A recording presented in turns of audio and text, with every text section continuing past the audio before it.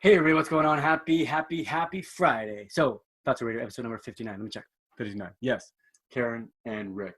Had a great chat with them. We talked about the same stuff we always talk about, guys. Always something different as well, but always same stuff as well. Because we want to talk about healthy food. We want to talk about what's natural. We want to talk about what's sustainable. We want to talk about regenerative farming. We want to talk about what's smart. Common sense. What's going to be the best thing for the world. So, check them out and show them some love. Episode number 59, and welcome to another Friday. This is Friday, March 20th. I hope you're doing well. I hope you're safe. Everybody, I know there's a lot of craziness going on in the world right now with the coronavirus and everything else, but my only advice, my best advice for you is going to be safe, wash your hands, clean everything. Don't go crazy, but just be with the ones you love. Don't expose yourself to anybody who maybe you shouldn't be exposed to, and also don't have yourself, or don't expose yourself to people who shouldn't be exposed either. It's the whole thing about mixing it all up, right? So stay safe, be cool.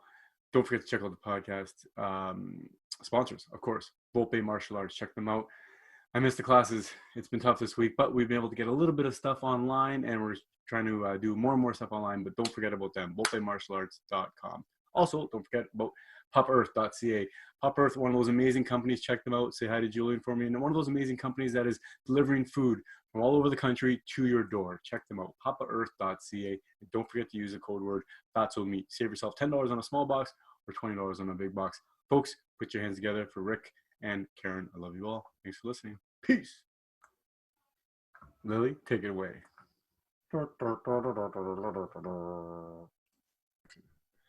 Hey everybody, welcome to Fatso Radio. This is episode number 59, and welcome again. I have my two friends today, special guests, folks. Two friends, Karin Lindquist and Rick Waechter. Welcome, folks. Karin and Rick, put your hands together. Thanks for having us. Oh, thanks guys for coming. So I just wanted to start with a big kind of like a quick, what's new with you guys. I'll start with you, Karin. It's been a little while since you were on the show, but what's new with you? Oh, well. Is that a loaded question? Yeah, it's kind of a loaded question. I had some employment termination happen that was quite sudden and unexpected, but it was more based on what the government wanted to do versus what I did. So unfortunately, I can't really say much about that because regulation and stuff. So right now I'm just kind of working on my blog, the Bovine Practicum. I also have a photography website, kind of updating on that because I've been leaving that behind for quite a while. It's called KL Nature Photography, and share a lot of photos about birds and plants and mountain scenery, all that kind of stuff. So keeping up with that. Yeah, that's keeping me busy right now, especially now with the COVID-19 virus hanging around. You can't really do much. Can't really go out and do a whole lot right now. So, but that's in a nutshell what I'm up to right now. Awesome. Well, thanks again for coming. And Rick, my friend, what's up? Not a whole lot. As you know, a couple of weeks ago, we got one monster of a snowstorm. Surprisingly, even though the pictures make it look brutal, it wasn't cold, but it was literally, I think it was 30 centimeters of snow on Thursday night, 30 centimeters of snow on Friday morning, followed by 20 centimeters of snow Friday night. And then you saw the pictures, cattle right up to their briskets in snow. The sheep wouldn't come out of the barn. They stuck their head out, and I was like, hey, and they're like, ain't happening today, pal. Wow. We're doing takeout. So we had that big storm. Then we move into the whole COVID crisis. And for my lifestyle anyways, I'm like, so isolation, what changes? I'm just me and the cows and the sheep. Well, I got two farm hands now. I got my two sons around, so it's like summertime. I could put them to a little bit of work. My son was out today, helped me with the calves and the lambs. My other son was just more or less cheerleading. That pretty much updates us to from the last time we talked and what we've kept up on. Biggest thing for us in the wintertime on our farm is just feeding the animals, watering the animals, checking their health, and lambing. We always lamb in the wintertime, and that's just given the breeds of sheep we have. The ewes come into heat mid-September to about late November. That's it. They won't do it any other time of the year, which works out for us because we make sure they lamb in a shelter, and then those lambs have got 6 to 10 months to get to the size I want them, and they're ready for market or processing or selling off as breeding stock come August through the November timeframe. Oh, that's awesome. So how many do you have now? You're basically in the swing of lambing season, right? So how many do you have? Count. Yeah, we're only partway through it. We had our 6th lamb born yesterday. The weirdest thing about this lambing season, I'm used to lambing season being about 6-7 weeks long, but this one has been weird because it's been a lamb being born, and then anywhere from 8 to 10 days, and then another lamb, and then 8 to 10 days.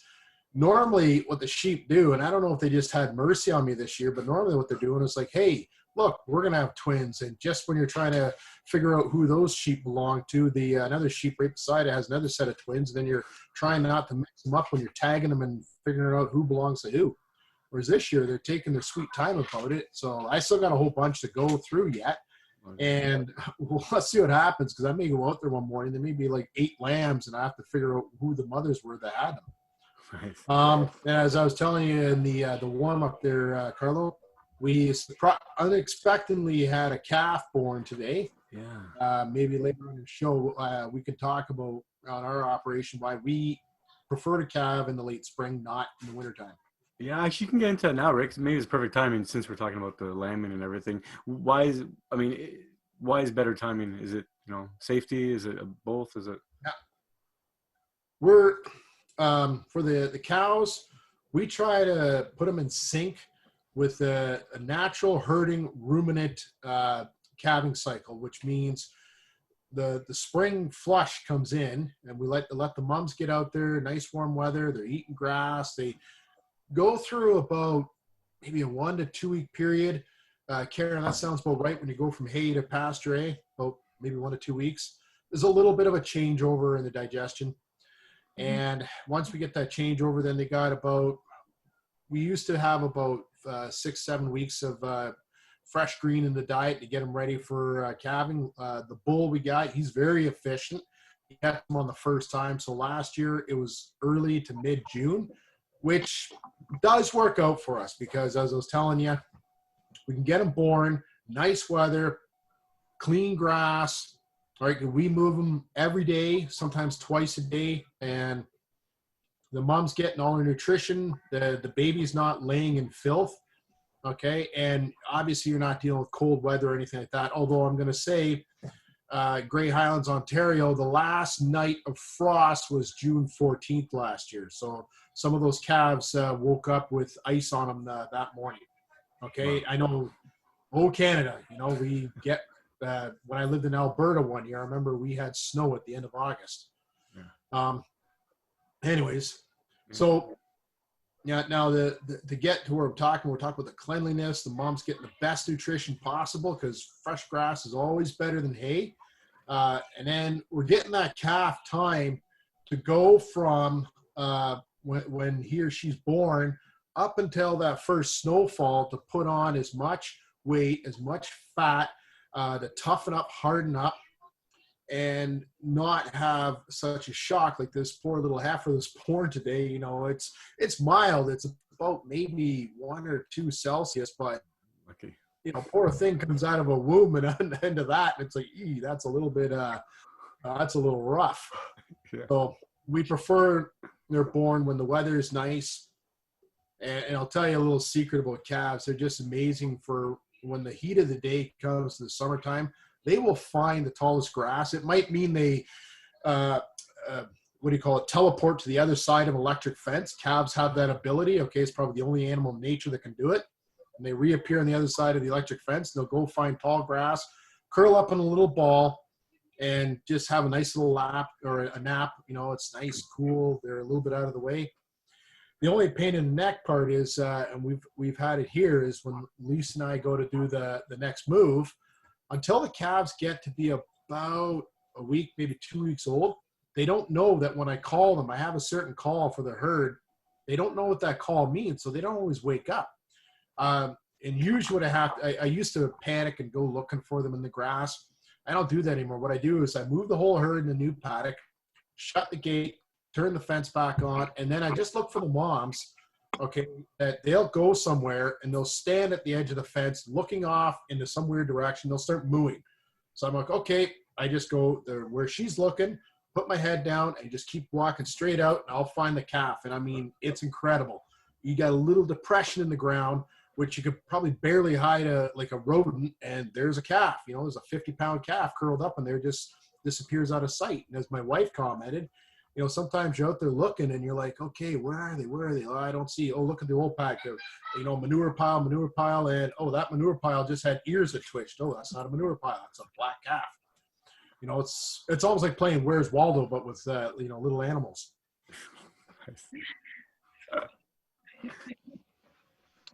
Nice. But anyways, that's more or less life with calving on how we prefer calving to be on our operation.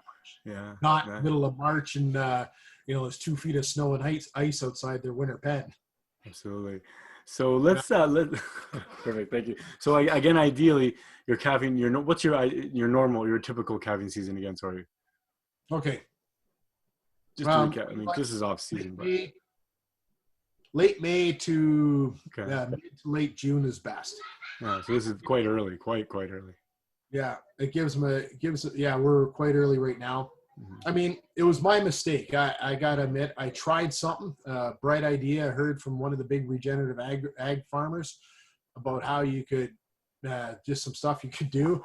I tried it. Well, apparently it didn't work because when, what had happened is I left the heifers. We don't wean on our operation, and we let the cows wean their own cattle. Or their own calves. And anyways, they weaned off the yearling heifers. And the principle I understood is that calves or heifers that are weaned by their moms will not take a bull until they're good and ready for it. Okay. And I don't know the entire science behind this one. It was something I figured I'd try. And well, maybe she was ready for it, you know, but at 13 months that this heifer took a bull, it's a little young, but she's in good health. She recovered fine from this calving. So yeah, the going back, like I said, basically the month of June is our best calving time. Okay. I want to just take a second here, and maybe Karin can add to this. The more industrial commercial farmers, they do something weird. A lot of them love the calve somewhere between late January to March.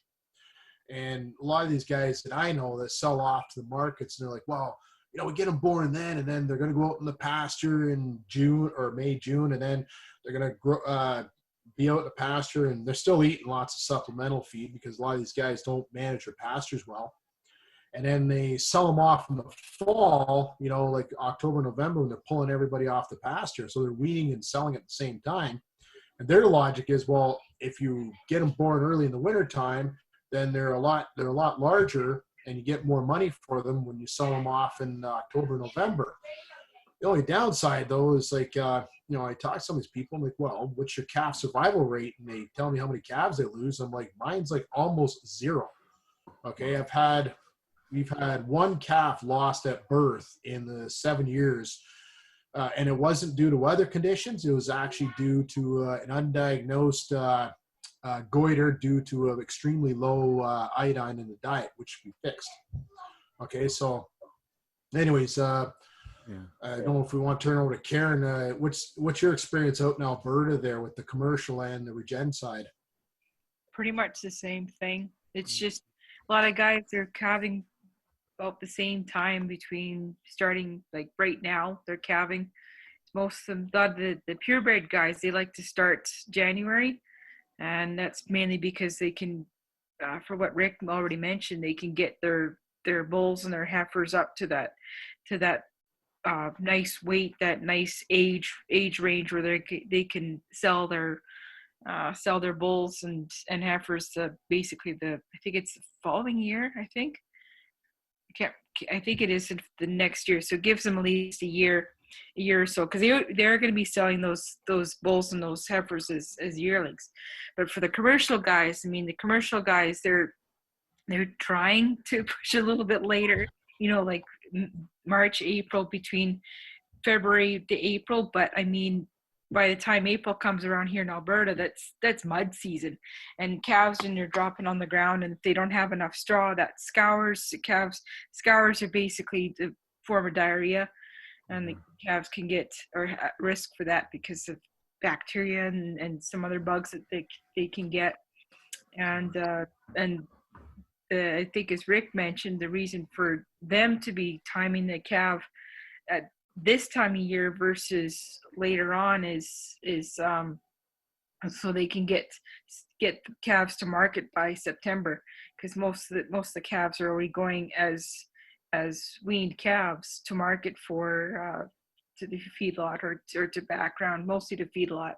Wow. But why they do that, I was trying to think of why when Rick was talking, but now it escapes me. But I think it's just because they're just trying to hit those markets. That's mainly why. It's the market. It's the trying to time between when they can calve to when they can sell. Gotcha. Yeah, no, that makes sense. No, I mean, there is always a big difference in my mind, at least. In my assumption is that there's a difference between, the commercial kind of regular calf or regular beef production, and then beef production like yours, Rick, or other people that do the regenerative or do the more kind of sustainable, as far as it takes longer. Is that still accurate as far as my assumption? Like, it takes longer to finish a cow on grass generally, or would it take if it's kind of conventional, or is it still around the same time? It's just what they're eating. The working at the abattoir, I get to see a lot of like the in between stuff, right? Okay. We see the grass fed guys like myself. What I see of carcasses, if you're going to do grass fed, my personal opinion, and I may be wrong, and you're sticking with like Dexter's, Hereford, Angus, Lowline. You want these shorter, fatter British breeds. Okay. It generally works better. And I think you got to go at least 22, 24 months. The best ones, Carlo, the ones you had were 27-month-old heifers. Had they gone in another month at 28 months, I would have been burned on that third tooth being formed, and they would have declared it over 30 months. Because the only way you can go the absolute guarantee that when you process your animals that you guarantee that they're not going to challenge you on the age, is you have to have a vet verify the date of birth for the animal by the ear tag, the national ear tag number. Then the inspectors cannot override a vet. But otherwise, because sometimes you can put a 27, 28-month-old calf in there, and that third tooth comes in, and it's declared over 30 months. So it's a little bit of a trickiness. So and then we go back to. Sorry, just a quick question, because I'm uneducated here. But the 30 months, so there's a cap on. You can't have calf or cattle that's older than 30 months. You can. In Canada, we have the OTM and the UTM, over 30 month, under 30 month protocols for when you do any commercial processing of your animals. Okay. Or any processing at all. It's the mad cow risk mitigation we have to do, which is head, spine plus 1 inch on either side. So you're losing a lot of good cuts of steak. Okay. I think I can bring up a bit more of that.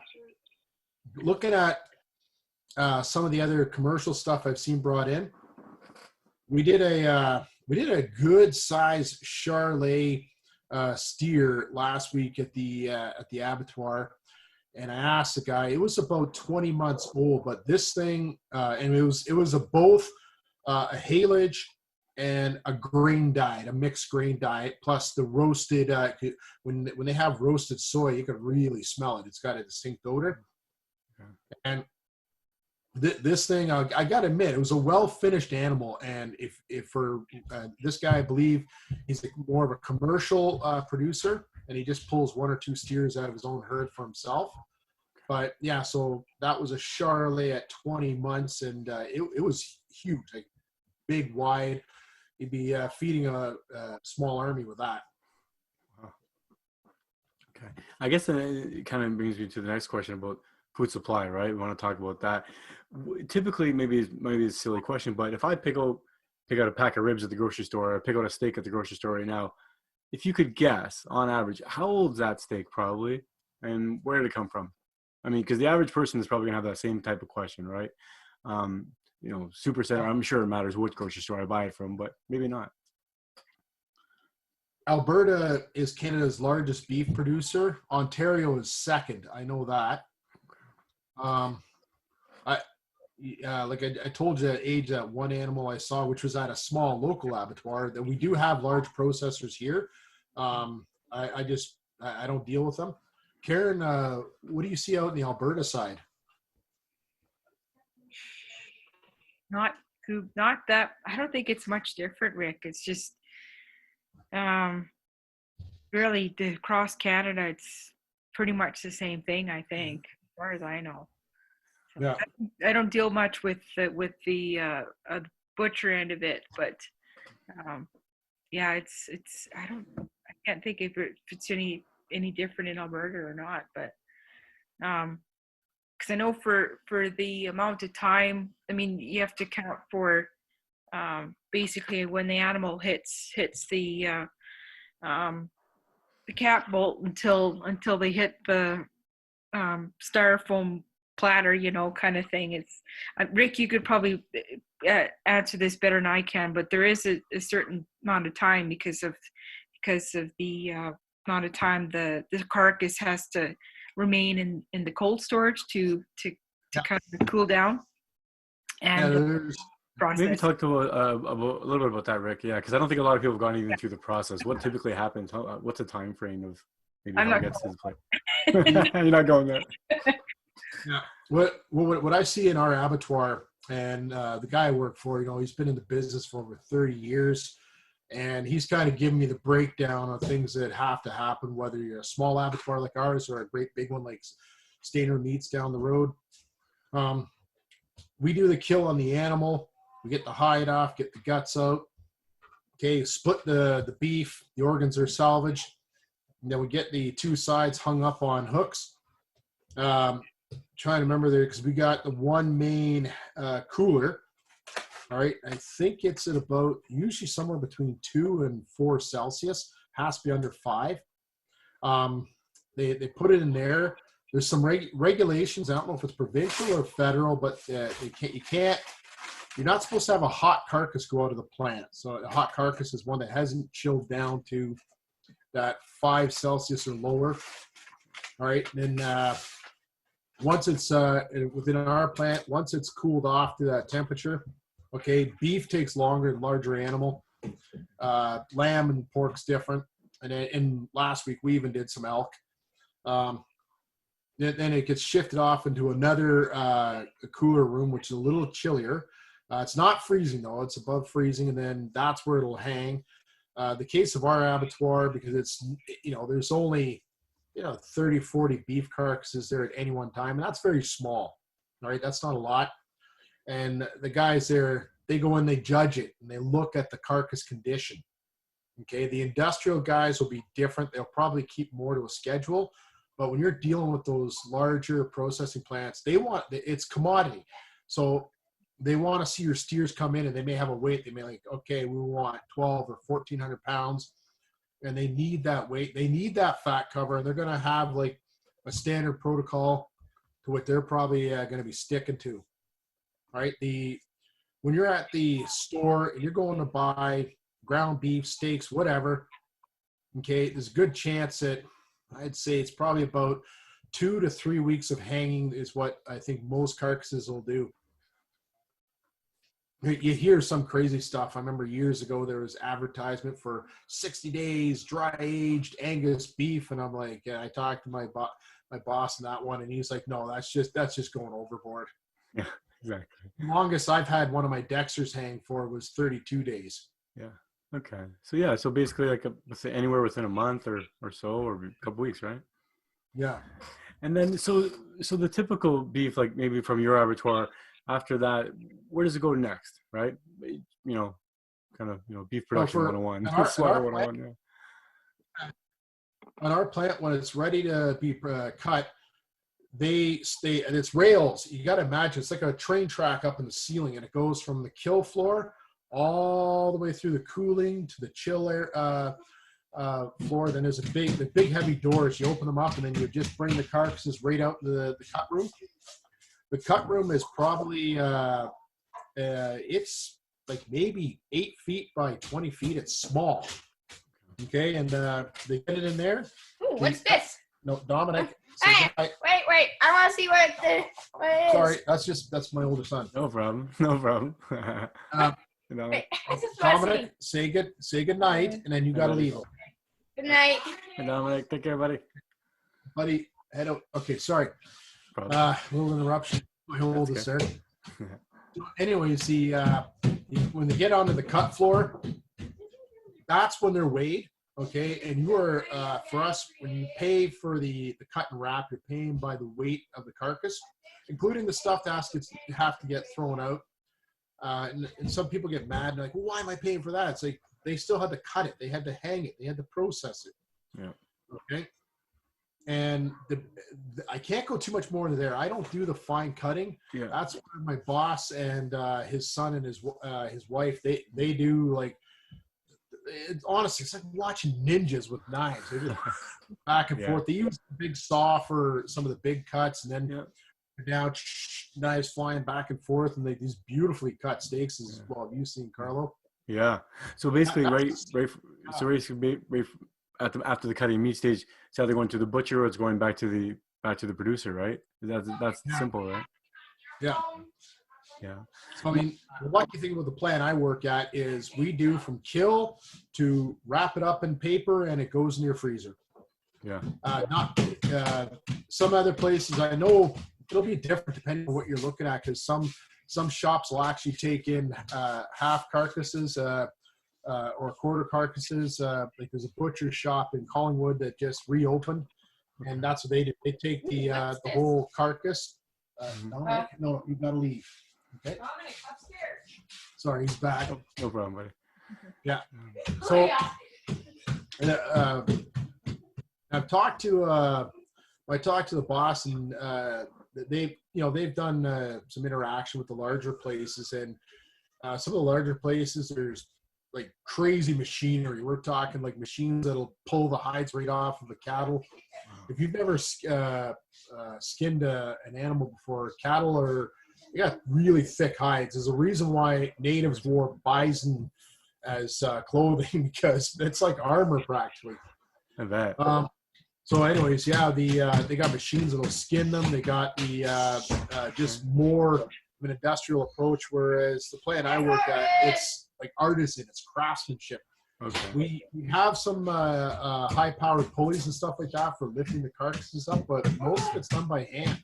Cool. We skin all our carcasses by hand, which is good because we can clean off the blemishes along the way. Now, just to put people's mind at ease, especially this time with disease outbreak, you have an inspector there on kill day, and the provincial inspector, they're checking pre-mortem. They want to see the condition of the animal before it goes in for the kill. They'll watch you do the kill. The kill's got to be quick and humane. If you're taking like more than 4 or 5 seconds, and I'll tell you right now, almost every animal we do, one shot, boom, lights out. Wow.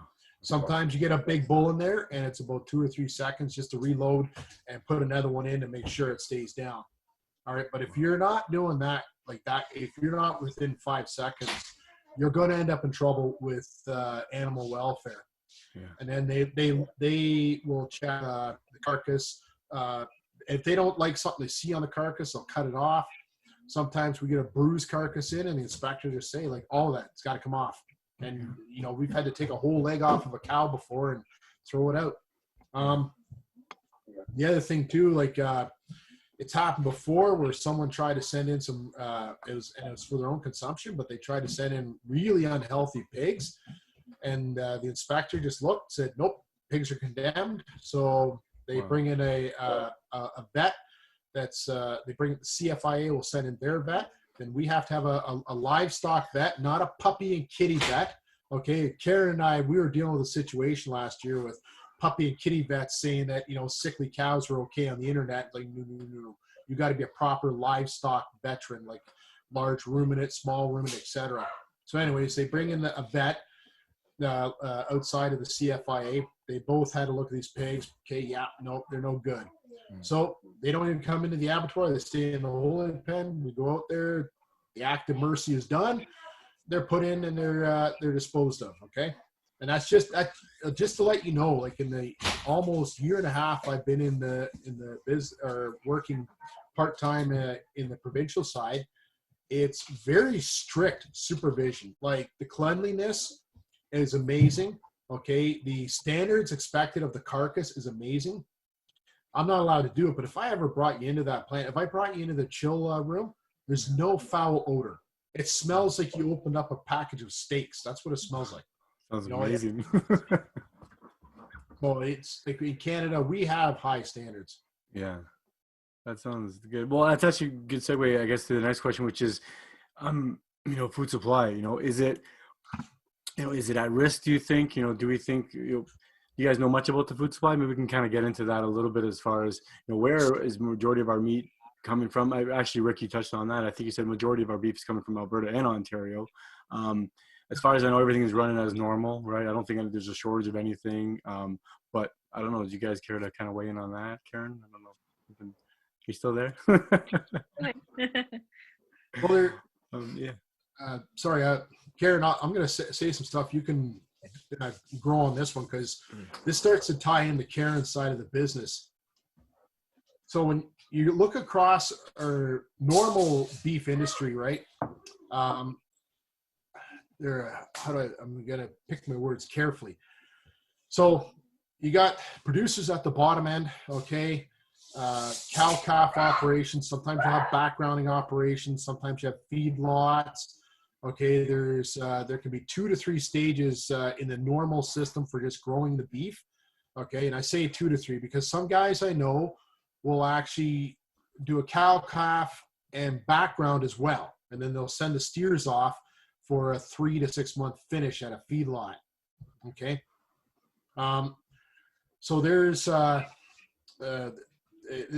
on the beef side. It's similar for pork, lamb, stuff like that. So there's the farmers out there producing. The number one thing that'll make or break the farmer is the money they're getting from it. And like I was talking to you earlier, Carlo, we got to get this idea of cheap beef out of our heads, okay? Because the farmer is putting a lot into it. And people aren't slowing down the consumption of beef. And in fact, this whole thing that came up recently, and I think you probably saw it too, everybody's reporting that the meat sections are getting clean right out in the grocery stores, except for the plant-based foods, right? Because people want their long-sustaining nutrition. Yeah. And my opinion, what I see here in Ontario, Karen could talk about the Alberta, okay? Not only like if we pay the farmers what they should be getting paid, all right, we could double, triple, like there's so much land out there, we could double, triple, quadruple beef production or lamb production, okay, or even like goat production, because I know here in Ontario, all right, goat is going, the demand for goat with the huge immigration waves coming from Africa, the Middle East, okay, the demand for goat is through the roof. Goats at, I think after Christmas time, we're getting over $400 each. There's even, I've had some of my Jamaican customers contact me and they say, you know what, we'll put a down payment if you breed some more goats. I only got a couple, as you know, and then we'll make sure that we'll come to get it, $300-400 for the goat once you go to process. It's like, wow. And what little that goats eat, like that's a profit margin. It'd be the equivalent of somebody coming up and saying, I'll pay like $5,000-6,000 for a whole beef from you. I'd be like, woohoo, buying more land. Wow. So is the farmers getting paid for what they're doing, because farmers can't be going bankrupt and trying to stay in business. And a lot of arguments you hear, is there land available? There's tons of land available. One of the things that just drives me nuts, like a lot of the cash croppers, right? I know a bunch of cash croppers here because they also usually do hay. Okay.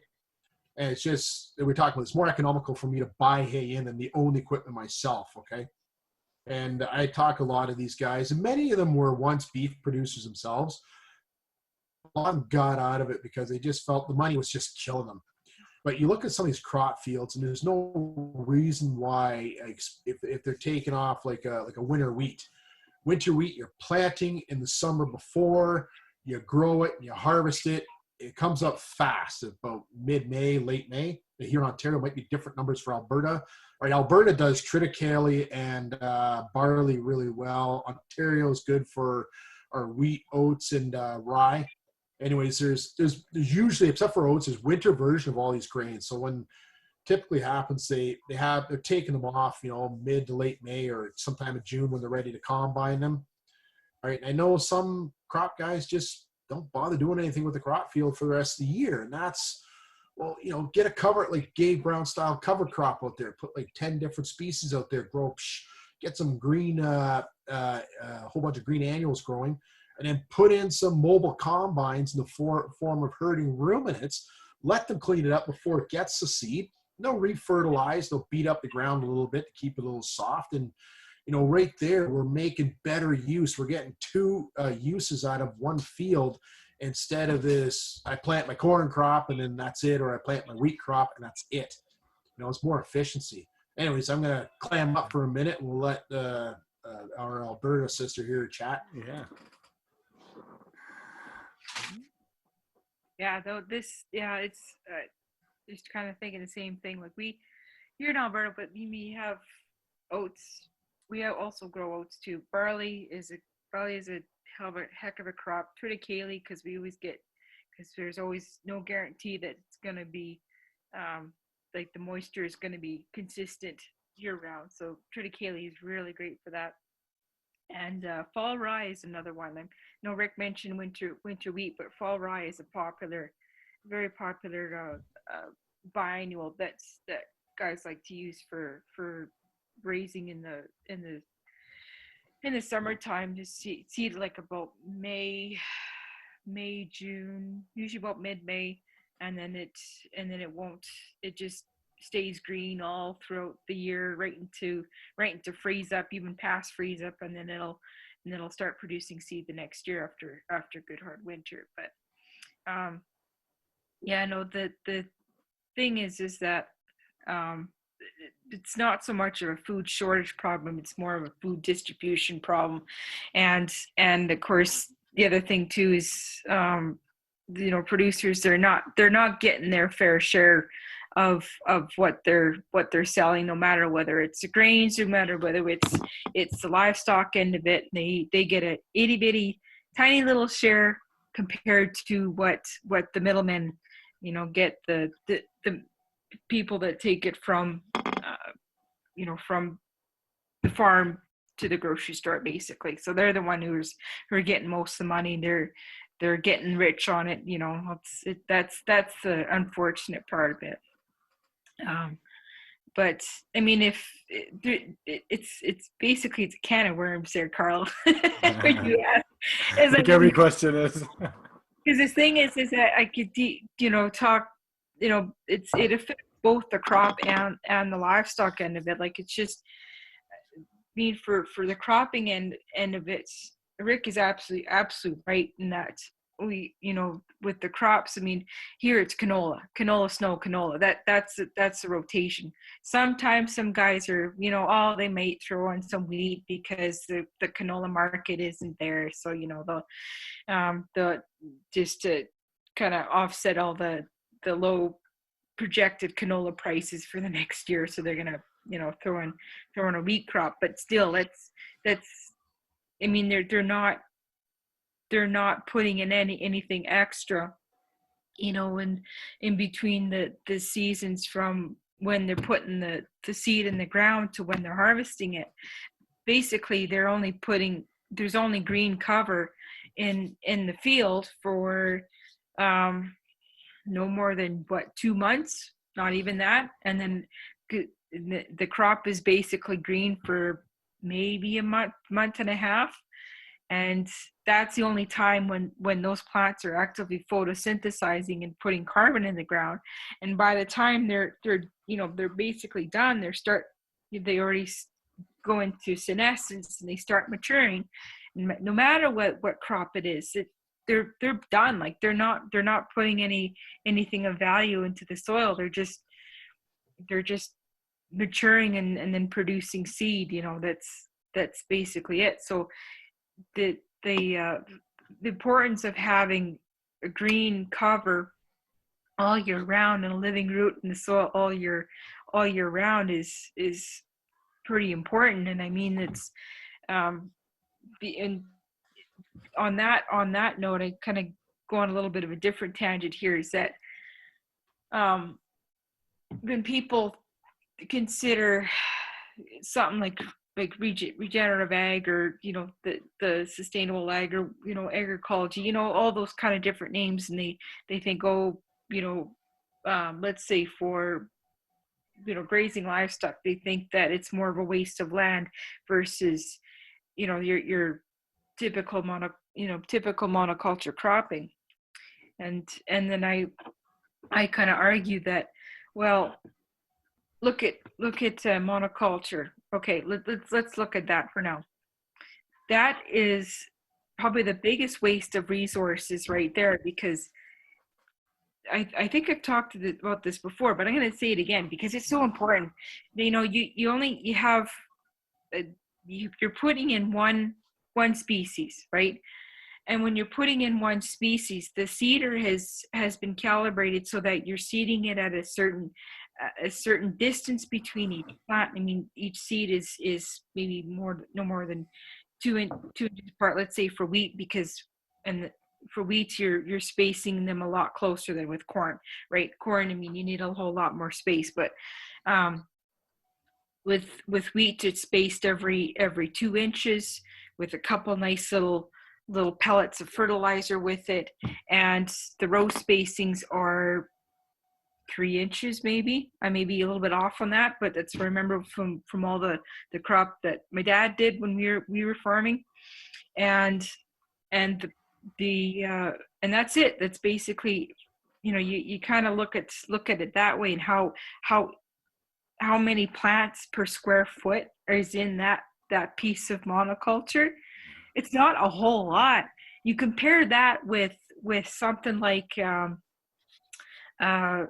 say the grassland, like it could be down in the prairies when it's so darn dry, but there's so much life there.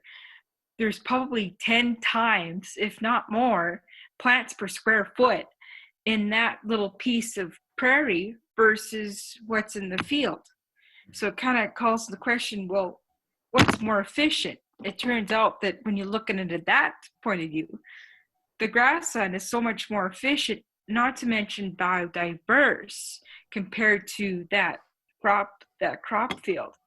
So in the argument, well, grass, pasture takes up more land, it uses more resources, blah blah blah. I don't believe that one bit. I think that's totally false, primarily because of that lack of biodiversity, not to mention the resources that need to be put into growing a canola, a wheat, a corn, a soybean, a barley, even a barley and oats and all that.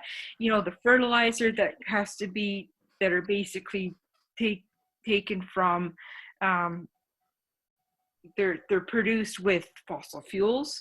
There's fossil fuels that needs to be used in order to grow the crop, in order to run the machinery to seed the crop and fertilize it, because it's on at the same time, then spray it, and then spray it again maybe, and then all the equipment that's involved in harvesting it. Versus the grassland, which only needs animals, which, by the way, use no fossil fuel. The only there anyway. Yeah, the only fossil fuel you're probably using is the truck to check the fence, and to move the fence. And I mean, the animals are there. They're eating that grass, and they're stimulating it. They're fertilizing it with their manure. They're putting back 80% of what they take, because they're inefficient, but they're highly inefficient for a very, very good reason. And then they're just contributing to that cycle, that life cycle, that carbon cycle, that nitrogen cycle, et cetera, in order for those plants to regrow again and keep growing year after year as perennial grasslands. So what's more efficient? I think it's pretty much a no-brainer. Yeah, absolutely. Well, I mean, the natural way, right? But it's funny because it forces me to think that, like, oh my God, have we just become the master cereal producers as a people, right? Is that what we've become, right? So good at producing grains and so good at producing corn and all that. But it's funny, at the same time, we still can't do it as good as the grasslands can do it naturally with the Carlo? cows. Yes, Rick, please jump in. Yeah, Karen got my brain stimulated there. I just want to take a few minutes to talk about, just some things that regenerative ag can do, all right? And contrary to what anybody thinks, regenerative ag can be small scale or it could be massive. Like Neil Dennis used to run over 1,500 head of steers on his farm when he was alive. Okay, so we take, there's a big steep side of my, or a steep hillside right beside my house. We came here and we decided that's going to be part of the pasture. And there's this obnoxious stuff called goutweed growing in there. I could put the cows in there and they would eat it, but they end up with wicked diarrhea for a day or two. It's probably really high in protein. And, my wife and I were like, well, I really don't like this stuff. We want something useful growing. So we're talking about how you can do things much more efficiently. We will not use a herbicide on our farm, and we will not use chemical fertilizer. We may take 3 times as long to get somewhere to what we're going to do, but we're not going to do that. So instead of using a chemical herbicide, we got pigs, right? Oink, oink. And we corralled them very tightly, like stupidly tight, into this one hillside. And what they did with the stuff called goutweed, it's a ground cover plant, and its roots are thick and like almost like a mesh. But the pigs dug it up. They get in there with their snouts and they just ripped everything up. Okay, so we're herbiciding naturally the goutweed, and we're growing pork. And that took about 6 weeks to get that hillside done. And every time the pigs, I gave them 3 days in a paddock. And every time the pigs were done in that paddock, moved them out. And it was just, if you ever see what pigs can do, they can turn it into a construction site really fast. Okay, like you sink up to your ankles. I come in behind with, and this is in October 2017. In my area of Ontario, you can plant fall rye up until late November. Okay, it's that devilish of a plant. Okay, it's just like I love it. If plants had a Viking, it would be called fall rye. So anyways, we come behind, and my cedar is called myself and my 2 sons. Okay, and we got bags like literally this hillside. You couldn't put a tractor on there if you wanted to. It's steep. So then we chucked in the fall rye, a little bit of red clover, some balanza clover. Okay, and it like the fall rye was picking up right away. The pigs moved off, and then they left that area after they did in that whole hillside. They killed off the goutweed. We have now the fall rye, red clover, both double and single cut, bird's foot trefoil.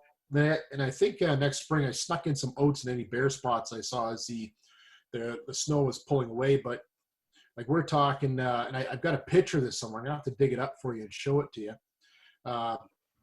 When spring came and the snow melted, the perennial grass, it's out there, it's brown, and it's starting to put up new shoots. But the fall rye, it's lush green. It's like where it left growing when the snow came and buried it. It just hit the pause button, and it's like, okay, as soon as the snow's gone, we're just going to keep going, freezing temperatures or not. So anyways, now fall rye, the reason why I kind of call it the Viking, right? It dominates everything. Okay, fall, like some croppers around here won't use it because if you get the seed into your soil, okay, they say it'll come back on you year after year, and it sometimes it's been known to be Roundup resistant and other stuff. So it's a really like strong, hardy plant that'll just keep coming back at you. So we had this beautiful fall rye. It choked out. The gout weed was gone. And then, so that now this is the pigs were in there in October, November. Now it's early spring. The cattle are in there. And we were making pork with that land, right? Steep hillside that no cropper could ever use. Most conventional farmers would have ran and hid from it. So we made pork with that land in the fall.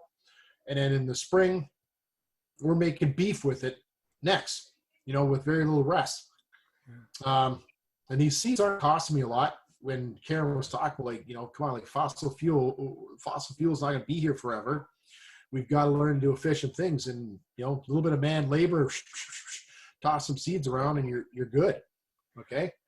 Now I've been lectured by some of my cash cropper friends about, oh, don't broadcast, it's not efficient. Well, you know what, you can get away. There's certain things you can get away with, and yeah, a no-till drill will always do more, but it's going to cost you more in gas or diesel or whatever you're using.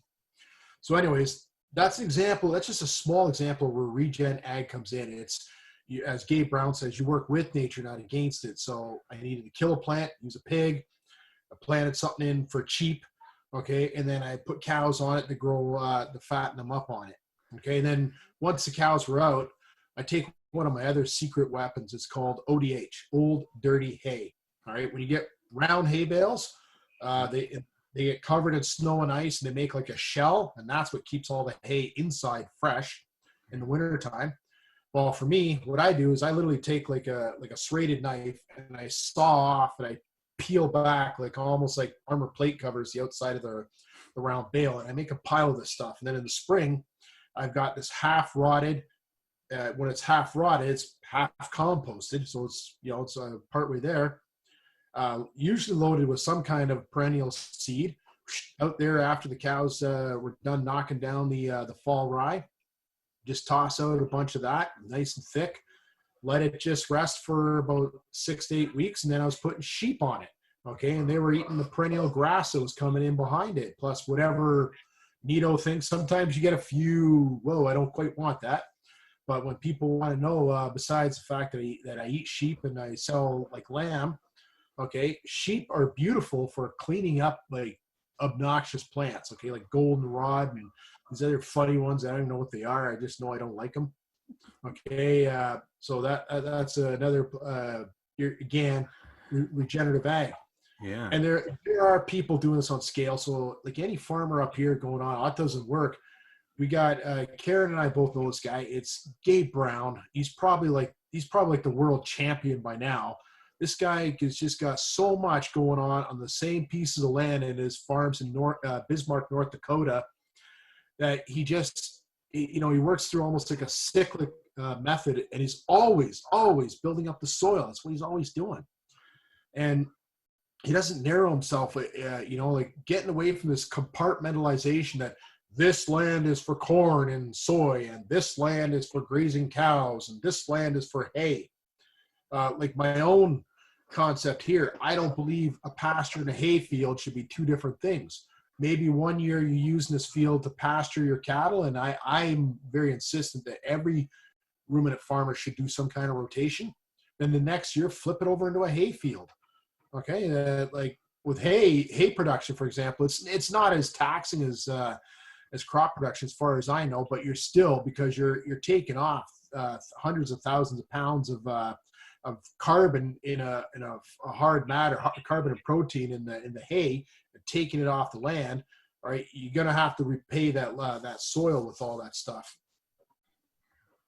Yeah, so I was just gonna say, so basically you can repurpose the land, you can totally use the land, and then up until before you said using it as a hayfield, this was all without even tilling the land, right? This is just basically having the animals eat what you needed to eat, reseeding, and yep. Yeah, this isn't like, so then if you're going to use the land for hay, that's different. That's when you have to go in there with kind of till it, or no. Or am I getting the concept wrong? Maybe. Yeah. No. Actually, no. What I'm saying is getting people away from thinking that, because a lot of farmers think this is a hay field. That's all it's ever going to be. Oh, gotcha. Multi-purpose. No, hay field one year, pasture the next, Gotcha. And the change around. Like if you've got a well-established hay field, like the dairy guys, for example, they pay money to get their good hay fields. Well, okay, you hay it this year. Well, next year, get your cattle on it or your sheep on it, whatever. And they're going to fertilize it for you. They're going to reestablish some of that help the carbon come back into the soil. Because one of the worst things, like with a hay field, is you have to do something with it or it's going to get thin. Like you got this field and one year you got 100 round bales and you don't do anything with it. Then the next year you're down to 80 or 70, and then you're down to 40 or 50. It's because you're taking all the fertility away. If you hay it one year, then next year flip it over, throw some ruminants on it, okay, and you know, yeah, there's a whole bunch of things you can do for grazing. Okay, I'll give another example. One year I wanted to boost my hay field up because I used to take hay off one of my back fields, and I was really unhappy. I only got like 35 round hay bales off 15 acres. I'm like, that's like a third of what I got the year before. I was really mad. So I was like, just leave the round bales out there. I go, we're going to recharge this field. And that was the fall of 2018. So I threw the herd in there in October through till December. And I did something called bale grazing, okay? Actually, now that there's a good segue. You might want to turn to our professional from Alberta there. She can talk a little bit about what bale grazing is and its glorious benefits. Alberta loves bale grazing. Yeah, it does. I could talk about the hay fields too, because that's a big one. I think first I'm gonna go back to the hay field thing, because that was a really good a good point, because when part of my job when I did was that was to recommend some fertility recommendations for hay fields, but the thing is that that's beside the point. The thing is that most farmers don't fertilize their hay. Like they can go for 5, 10, even 20 years without doing anything with it, without fertilizing it at all. And then they're wondering, well, like Rick said, why am I not getting as much production out of it? You know, why is the fertility happening? Well, the thing is that they normally don't even ask why. They're just saying, okay, so I've got this field that's kind of low in productivity. What do I do with it? Yeah. You know, that's it. That's unfortunately, and you know, it's no fault of their own that they don't think about why, but that's just part of the thing. But anyway, a lot of the time when they got these old hay fields, they think, okay, well, most old hay fields actually get turned into pasture, and then, but when they get turned into pasture, they're not mob grazing them. They're not managed intensive grazing or adaptive multi-paddock grazing. They're just throwing the animals out there, quarter section, 160 acres, put 50 head out there for the whole season, good to go, right? And then, but then that just kind of brings it down even more, because the animals are selecting for the best plants, and then another few years later they're still wondering why it's not producing as much. So then the conventional way of thinking is, okay, so I've got this, probably best is to till it up, plow it up, reseed it, you know, and then start over again. But they're in a vicious cycle, because you know, the definition of insanity is repeating the same thing over and over again, hoping to get a different result. Mm-hmm. So, but as Rick had said, I mean, it's I think the thing is with these hay fields is that people don't really realize how much potential there is for using them for not just for hay, but also for pasture. And the aspect of using that as a kind of a dual purpose way of piece of land, you know, I think that's a huge bonus. So putting fertility back in, not just in the summertime but also in the wintertime as well, is very, very important, because as Rick had said, I mean, when you're making those hay bales actually represent the nutrients that are tied up and being exported away from that field. And when those nutrients are gone, they're gone forever. So something has to come back to replenish that source. Otherwise, it's, they are mining the soil basically. So other than grazing the heck out of, mob grazing, putting the animals on, like mimicking the bison. But bale grazing is one really great method of grazing animals. So what happens with that is that bales are set out usually they're set out in a row. So each row they're put out however many bales, and each bale is, so I think, trying to think off the top of my head, I think it's about 10 or 15 feet apart, I believe, because the animals, each cow, I mean, you think about a big cow, she's about if you're trying to think here, about 7 feet long. Some of them are pretty darn big. You get some big ones. Wow. Dexters are going to be a little bit smaller. But I mean, the bale, the width is usually enough so that the animals are going to be, you're expecting them to trample quite a bit. So you got to go out with a tractor, or if I know one guy I know, he's up where I grew up, he uses a bale truck, so he uses it that way, kind of just puts a spike in and moves the bale that way. And then so the bale's already positioned prior to the snowfall, because if you do try to put everything up bale grazing when the ground is frozen and there's 3 feet of snow to deal with, it's not going to be that fun. No. So once those bales are done, then when the right time hits, whenever that target time is to start grazing, guys usually they either put they do either one of two things. I'm trying to think off the top, but usually they put electric fence in so much of a row, or so much of an area if they want to graze. There's so many bales they allow for the cows to eat. I think they aim for, one guy I know, he usually aims for, I think, about moving every 3 days. Others, they like to do it every day. It's pretty flexible. I mean, you can go every 5 days too, which is fine. So they put electric fence behind the bales. Some of them stick a electric fence poles right into the bales, so that they're just putting the wires.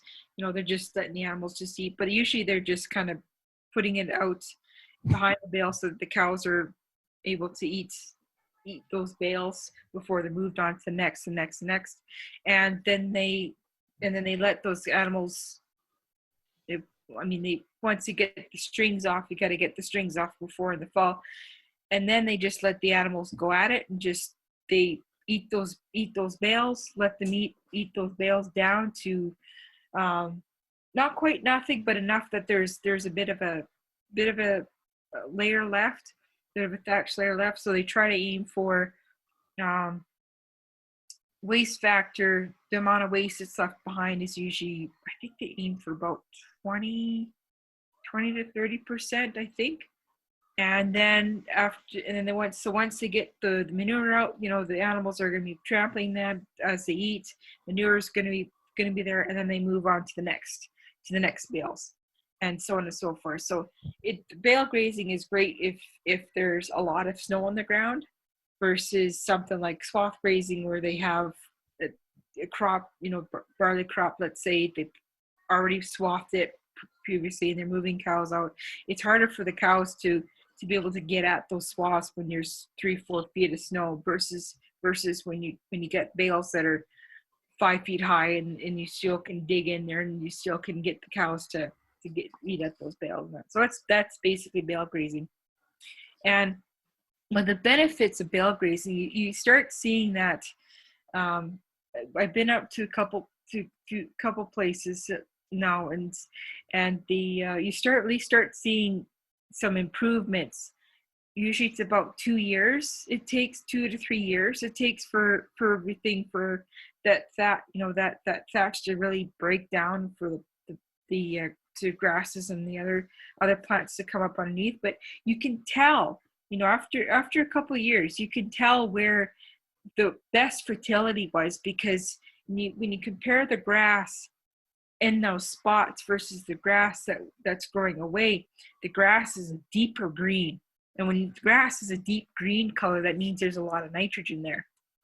So that's just added fertility. That's a great way to add fertility to the pasture, or even to the hay stand. And a lot of farmers doing that. Sorry to interrupt, but are a lot of farmers using this technique, or is this not like? It's growing. Like it seems to be more and more guys that are using it. So it's gaining in popularity.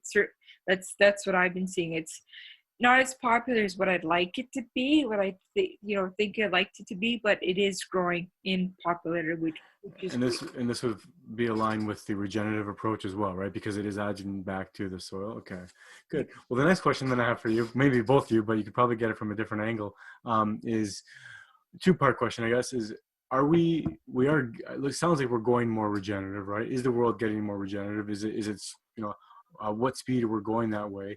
And I guess maybe the other thing would be, what does it take? What's it going to take for us to get there? Is it going to take big intervention from government? Maybe is it going to take some real legislation, perhaps, or is it going to take the market? Is it going to take me and you buying steaks? Like, I don't know. I'll let you guys weigh in. Yeah, it's slow. It's super slow. Like, it's just.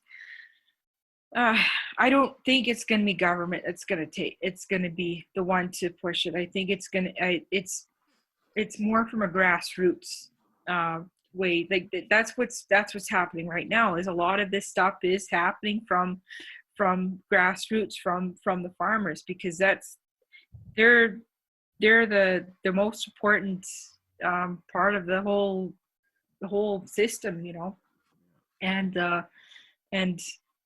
when it starts from them, then everything seems to follow along that way. But it's kind of frustrating at times, because people are slow to kind of catch on to it, because it's so new to them. It's such a different paradigm. It's such a different way of thinking for them, that they're not quite comfortable with this new way of thinking. So especially with I find it's more with the baby boomers and the people who are, and the old farts that are still at it. They're not, no offense to them, but I mean they're kind of slow to change. And that's the way agriculture has been. It's always been so slow to change all the time. So it's just, I think it's once more new people, new farmers get in, and once these,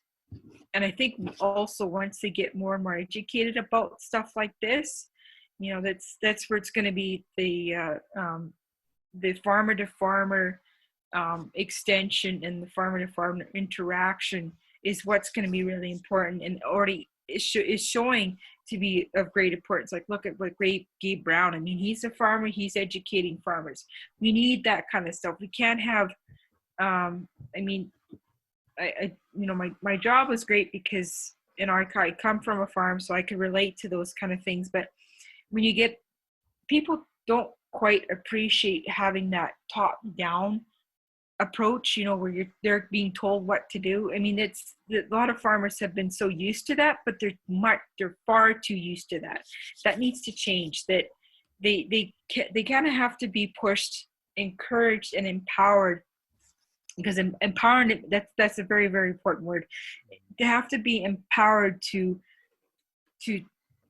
find ways to do things that are as regenerative as they could make it for their operations. Because I mean, it's going to take a lot of time, but being empowered by other farmers who are showing them that what's working on their farms is working, and it's not just a theoretical unicorn farts, and airy fairy ideals, you know, that kind of stuff. But when they're seeing for themselves what's there, that makes a huge impact.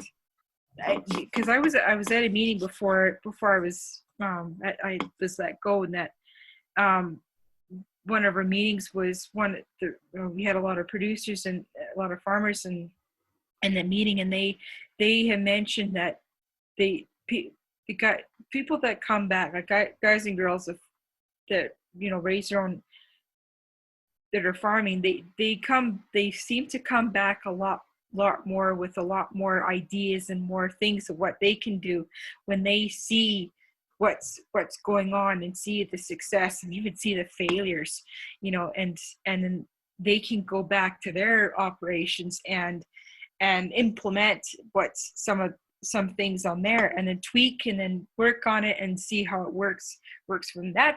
That's what's really going to help. That's what's going to push regenerative ag, not government regulations. Maybe government regulations at some point, maybe, but I mean, for the most part, I think it's just it's down to the farmers, and I support that 100,000%. Rick, your turn. Yeah, good timing. Speaking of the farmer, Am I back on here? Yes. Yeah. Hello? Okay, yeah. You're a little fuzzy, but you're good. So Karen brought up one of the most powerful tools to bring regen ag in, okay?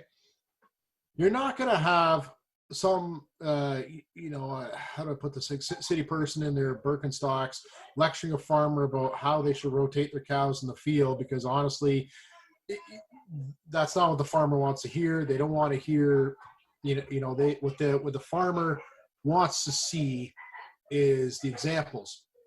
I've had some success. I'm a small scale farmer. I'm on 95 acres. I have a little more than 25 head of sheep. Although I'm planning to at least double that. We've got about 30 head of cattle, and we do, between 6 to 10 pigs. And, we're just a little operation, direct to customer marketing.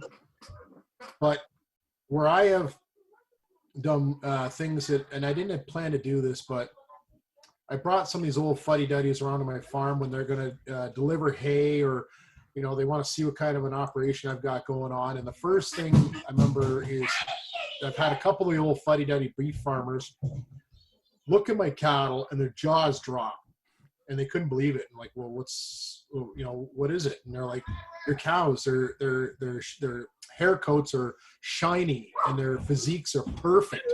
They look so beautiful. So then they try and chalk it up and go, oh, it's the breed. It's the Dexter breed. And then I say, well, no, it's the whole management. The Dexters can look horrible and ragged too. I've seen it on other farms. If you give them poor management, this ties back to Alan Savory's thing. Management, decisions made. I've also won over farmers when they've come by and they've looked at my pastures after I've worked at them for 3 years, and they're like, how do you get your grass to grow like that?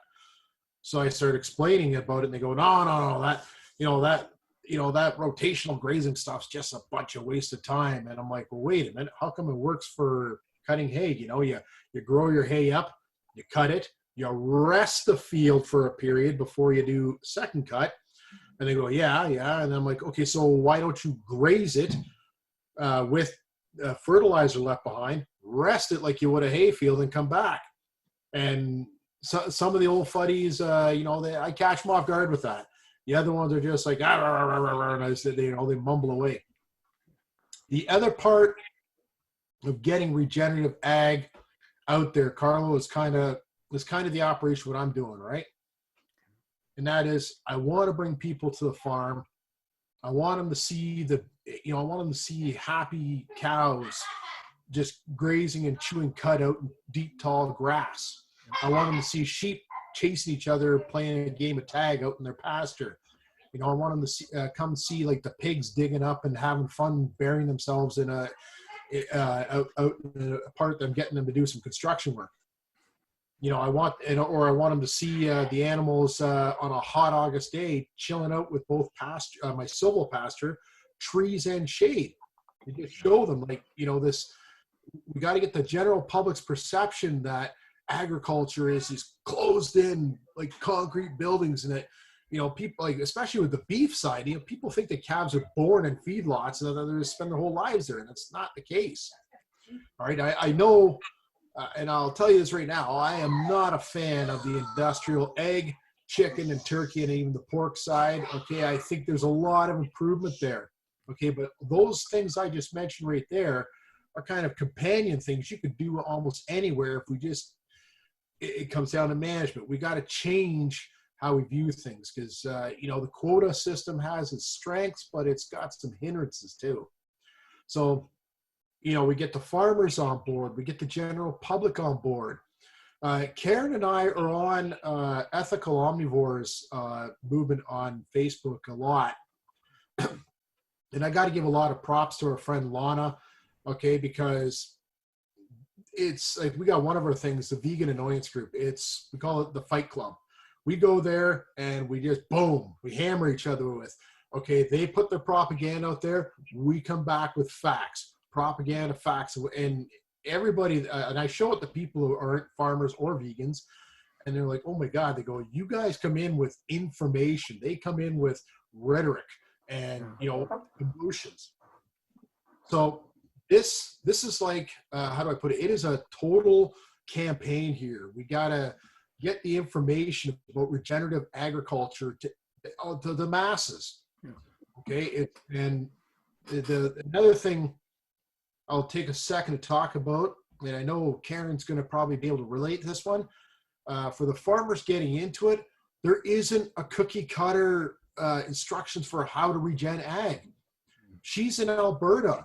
Their moisture levels are just not near what we have in Ontario, but you know, they aren't getting the snow load we are. So we have different management practices we can go in place. Even within regen ag, within a local area, I give props to this guy about a half hour away from me. He's an orchard, an apple orchard, and he raises about 50 head of sheep. He decided many years ago that he was just going to use the sheep to mow between all his apple trees. You know, just things like that. It's regenerative ag is, you know, it's building upon the soil. It's getting the ecosystems functioning. You know, it's getting a diversity of plants, a diversity of animals. Another one as I've been looking more and more into eventually getting an orchard for our sheep pasture, you know, Mark Shepard, I just loved his book when it came out. Mark Shepard, I don't know what he called, I think it's New Forest Farm is what his company is. Mark's kind of the guy, and he's in Wisconsin, and he takes orchards, combining them with grazing animals, all right, as well as chickens, turkeys, things like that, for this multiple stacked enterprise. So on something like that, he, on his 106 acre farm, he's only doing like 15 to 20 steers that he brings in the spring and then gets rid of in the fall, but he's still, it's multiple uses on the land because he's growing all this fruit and nut crops, and he's growing beef, and he's growing chicken and other stuff like that. So regenerative ag is going to take a little bit of the artist approach to things. All right. And it's taken the different aspects I would take. You need, and I think every person that's going to be involved in politics, business management of any part of food production, they should do this. All right. They should get involved with Alan Savory's holistic management. Okay. It is, because the biggest thing you learn there, and it's taken me a long time, some conversations with Alan, lots of conversations with his daughter and his son, okay, to understand holistic management.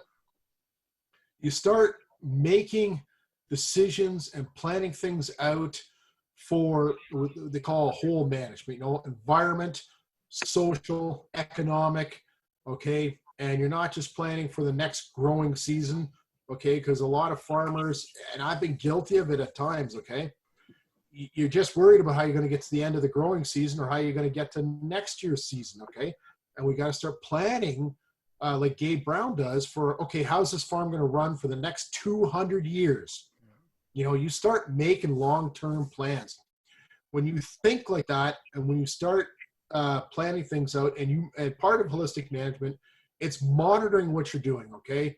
Alan Savory has this thing, he says, you know, you make your decision carefully, assume you're wrong, and then look for the symptoms that are telling you that you're right about being wrong, and then take action immediately. But stay, like, your holistic management, your context, you got your sort of your bearing, your direction of where you're trying to go. So if you have to make it a change in the middle of your grazing season, like I did last year, things were a little drier in June, and we got out there, and for whatever reason, the cows they were mowing the grass down to the nub, and I was like, cows, don't do this to me. So my immediate reaction, was to put them up to 3 moves a day, so they're not getting that opportunity to wreck the grass and put it in a state of overgrazing, which is like pasture shock. And then I thought, these 3 moves a day are going to kill me because I got sheep and I've got a second cattle herd to look after. So then, boom, I got some hay left over. All right, no problem. I'll move them in. Okay, they'll graze for the first half, and then I'm going to throw in a bunch of hay. They'll fill up on that because, this is my personal decision in this one situation. And then that took some of the pressure off the pasture. Okay, but that's just an example. Like with holistic management, you have your context, all right, which includes your quality of life and your future resource base. Okay, and it's not just for farming, it's for anything and everything you do. Like, Carlo, you could read holistic management and take the principles from it and say, I'm going to apply this to how I run Fatso radio. Yeah. Okay, so Alan Savory's holistic management, you've got Gabe Brown, and he is another Alan Savory or person who's followed Alan Savory. But look at Gabe Brown's, if nothing else, he used to have his 5 soil health principles. He's now got 6. Karen, are you aware of the 6th one now? No, I'm not. The 6th one, the new one, is called Farm Within Your Context. It's he explains it in one of his recent videos. It's basically, if you're up in the Yukon, don't try and grow a corn crop, that type of thing, or don't try and overproduce more than your land can handle. All right, so the holistic management, the 6 soil health principles, okay. Joel Salatin's probably still one of the top guys out there for marketing, all right, wooing the public, getting the public in on why they need to support this kind of farming. If you're going to get into the orchard, silvopasture, forestry type, I'd look at Mark Shepard stuff, okay? We've got our own Canadian heroes. Karen and I both know Steve Kenyon. All right, Steve is extremely smart. He is a very successful cattle manager. All right, and he'll do swath grazing, bale grazing, and he works things down to a fine detail to even figuring out how much he has to touch a hay bale when he sets it out in the field to know like how much time he's spending on it, so he knows where the economics on it are. Okay. There's a learning curve. It's a continuous learning curve, the regenerative agriculture. All right. So this is important for the farmers, because the farmers the one thing they can't do is just say, well, this is how we did it for 30 years and we're going to do it. That's done. And this is how we did it for 4 million years. Exactly. Yeah. Well, the thing is, like what Gabe Brown talks about, nature laid out the blueprint for how plants grow and how animals get fat. Okay, because when you look at a human food, we either eat something that's a plant or we eat something that was once living. Okay, and nature's laid out that blueprint for a long time, and then you're going to see globally different things, right? Like, I have no doubt in my mind, like I was talking about down in the southern United States, because they just don't get the snow cover. I can't imagine why they can't have cattle on, like Jim Garish, another big cattleman. He says, like, there's no reason you can't have cattle pasturing 365 days a year. They're eating the fresh green or they're eating stockpile. Stockpile is just grass that maybe you grazed earlier in the spring and you let it rest, come up. It'll brown out. Some of it will go to seed again. Okay, but the ruminants, for example, will still get nutrition from it. Okay, so there's, and then like looking at other different environments, like we're talking about, you hear a lot of stuff on the internet about, oh my God, the Amazon being stripped down for cattle. Well, and I've already told you in previous podcasts, I don't know of a single farmer in Canada that buys a product from the Amazon rainforest to feed their cattle. The cost would be prohibitive. If it's anybody doing it, it would be Brazilian farmers. And I don't 100% know for sure they're doing it or not. Okay, but that's something they got to sort out within their context. Like maybe they shouldn't be doing it. But now I've also know that on the other side of the world, I think Borneo or something like that, they're destroying orangutan habitats for palm oil. Okay, do human beings really need palm oil? You know, canola oil, palm oil, vegetable oil. We can go our whole lives without this stuff. Yeah. You know, it drives me nuts. But anyway, so going back to the regenerative ag, and giving like within Canada, there's no reason you can't farm something, even if it's not necessarily cattle, okay, or an orchard. There's a lady, Jackie Milne, who's associated with Savory Institute. She's way up in Yukon, okay. Her growing season's probably like only a third of what we got. And then you've got people, you know, coast to coast in Canada that there's no reason you can't do some kind of farming.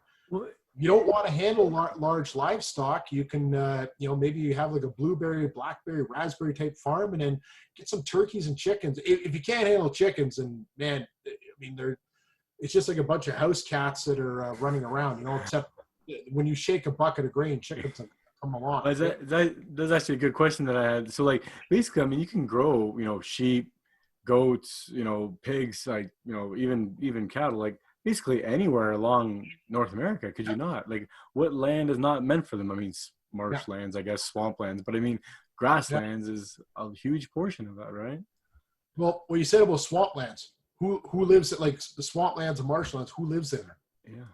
Nobody that I know of, right? Yeah. We have a little bit of marshland on our farm, and the cattle will graze up to the edge of it, and then sometimes they'll cross over to go to the other side, but that's about it. Yeah.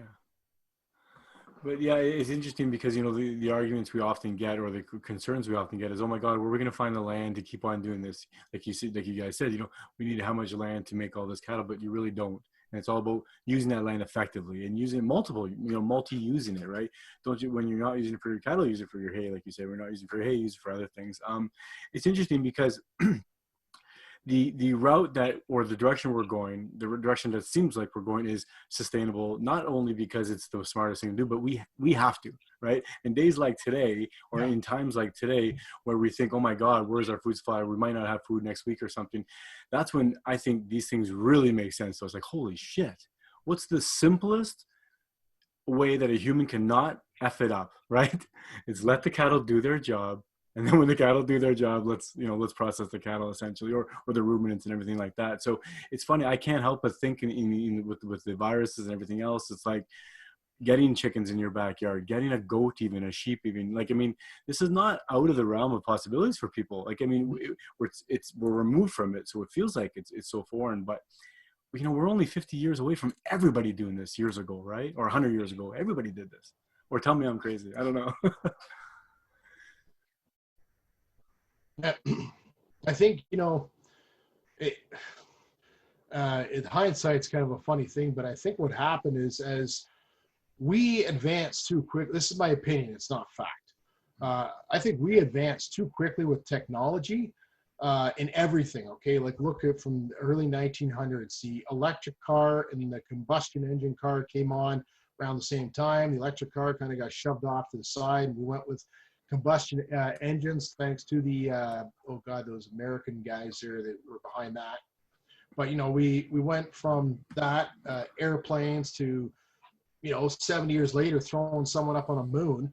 And it happened in agriculture too. You know, my grandfather, he only passed away in 2012 at the age 99.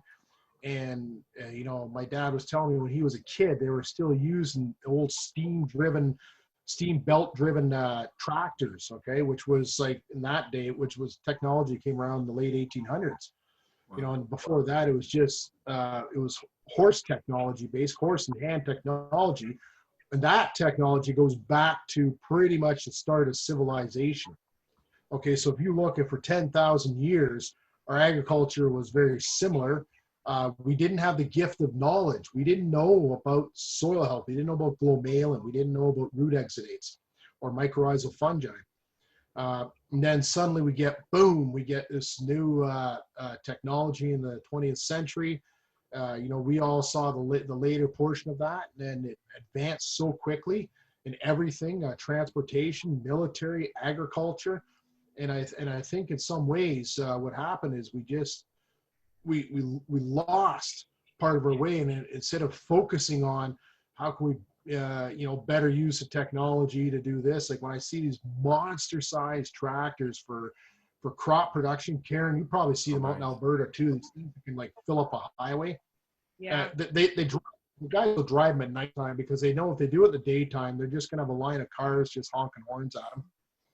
And these things are monsters the size of houses.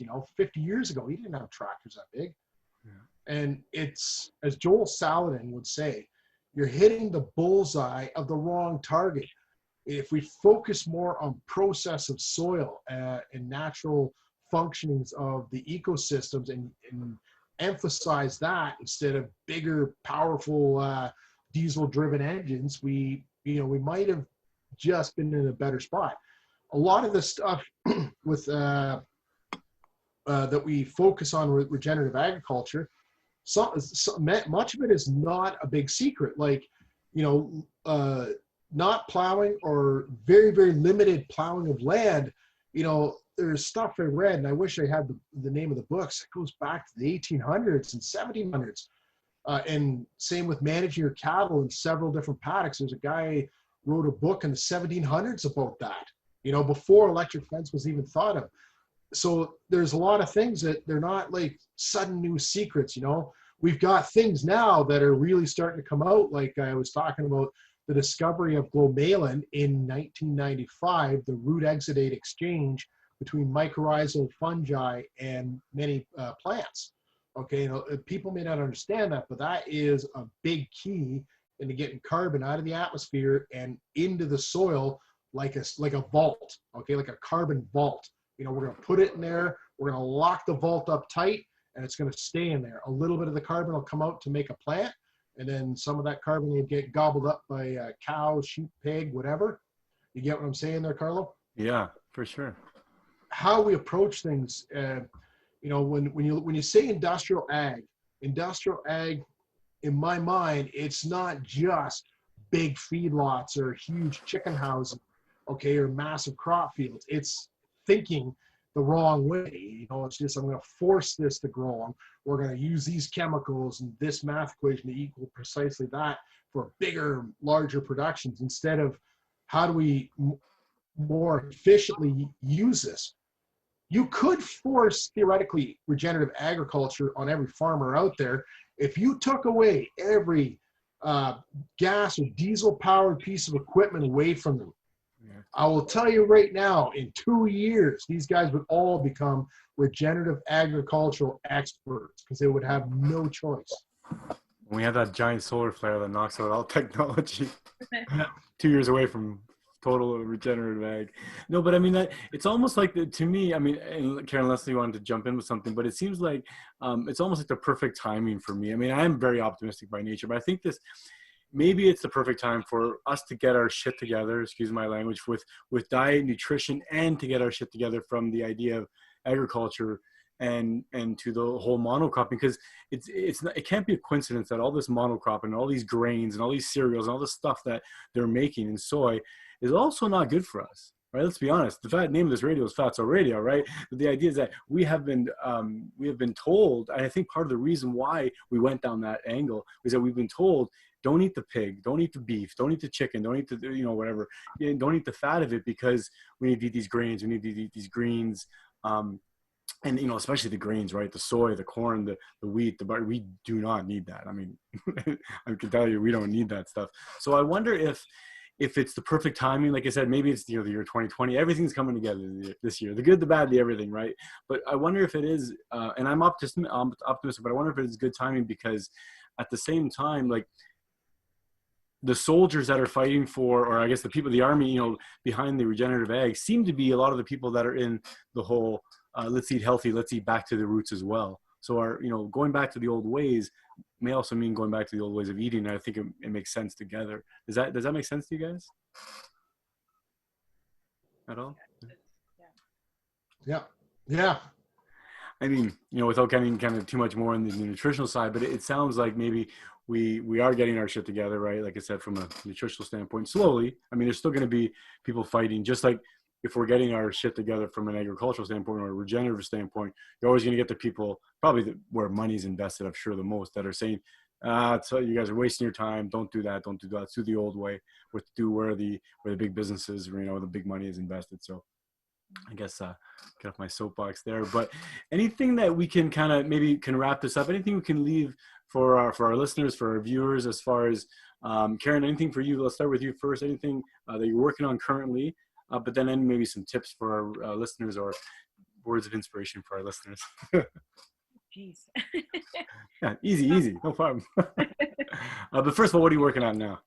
Oh God.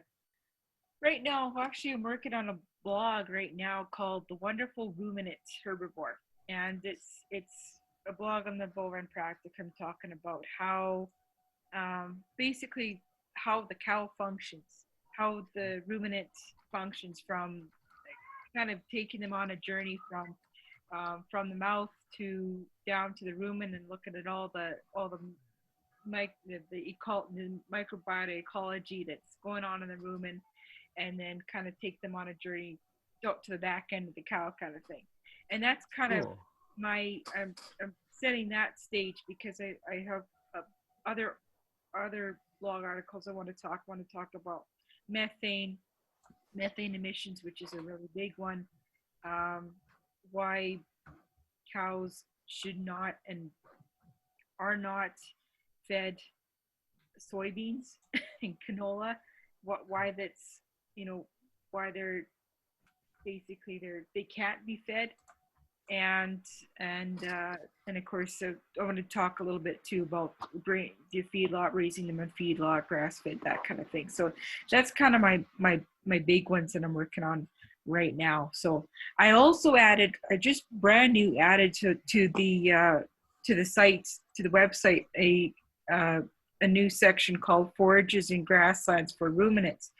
And I thought, the reason I added that one is it's brand new, so I haven't added anything yet to it. But I thought I kind of wrote on the front page there, what's the Bovine Practicum without forages and grasslands? Because both are it's kind of like a lock and key. You can't have one without the other, right? So that's the new one. I'm also kind of starting to add articles on and do stuff with that. So those are the couple of top main things. I got a bunch of other stuff, but those are probably most interesting stuff I'm working on right now. Awesome. And any parting words for everybody? Eat more grass fed. Eat more grass fed. I like that. And good timing for you, Rick. Over to you, sir. Yeah. Well, a couple of biggest things are for everybody out there, like for the general public, get the facts. Don't deal with emotional rhetoric. Okay. Grass-fed beef and lamb. Okay. Or at the very least, pasture-raised, pasture-finished. Okay. I know a lot of guys who do like excellent grazing management, but they will put a little tiny bit of grain to their animals. It's not going to totally be a deal killer there. Look for those farm fresh eggs for people that are getting their chickens outdoors, doing some exercise. Get pigs raised in fields and not in those pig houses. The other thing too is there's a lot of, like, I know here in Ontario, and I imagine it's similar across the country, there's a lot of farmers like myself. Okay. Try to find, for people out there, try to find someone like us. So, and our products are a bit expensive, and that's because we have a lot of expense. But if you can't buy all your meat, just treat yourself a little bit, buy yourself a couple of grass-fed steaks for an anniversary dinner or something like that. Do it on scale if that's what you're limited to. Okay, it's because the more support that we get, the stronger we will grow. All right, and if you the one of the biggest power bases anywhere in this world is where money is spent. Okay, like Carlo, you're in tech. You look what happened like 20, 30 years ago with the Bill Gates an explosion of technology, and the guy became like one of the most powerful people in the world. Well, and I'm not looking to rule the world, so don't get me wrong that way. But if regen ag, before I pass from this earth, and maybe sooner, much sooner than that, I'd like to see regen ag be the normal. It's what everybody's doing, you know, and it's big scale, small scale. It's appropriate to each area, you know. And there's just so many possibilities we can run away with it. And you know, the world over, you know, climate is a big issue. It's not something that's not going to be ignored anymore. Regen ag is not just like a small part of it. It's a major part of the solution. It's a huge part of it. If people had a better understanding, you know, especially for the green folks, they'd run out and they'd start buying more of the stuff we sell. Absolutely. Thank you so much, Rick and Karen. And Rick, just to echo you, like, absolutely, like, the more people get to hear this stuff, right? That's part of my job, right? Get the word out. And I'm even telling you, like, I'm even telling people, try out, get some grass-fed meat, have some pasture-raised meat. But not only that, like I did, go out and see the farmer, because it's interesting. When I went and saw you on your place and in your land and saw the animals, like 2 feet away from these animals or touching these animals, it's very different than watching a documentary. Like, I can watch a documentary and I can make my assumptions and say, oh, I can go home and do whatever I want, or, you know, go eat my processed food and then feel good about myself. But when I went out there, you know what I mean? I'm driving there, right? I meet these animals, I meet you and the family and everything. And then I'm driving home and, you know, I'm smelling your farm on me, right? You don't forget these things because it's like, it's real. My boots are dirty and I really enjoy that. So what I want to get out to people, if everybody's listening, anybody's listening, all 6 of you, can't be wrong, but really get out, talk to the farmers, right? See what they're doing, because it's not this horror movie. It's not something behind this iron curtain. We got here to this day from farmers, right? And with farmers, and we need you guys. We need you guys forever. So thank you again, Rick. Thank you again, Karen, for everything you're doing, folks. Well, thank you for getting the message out there.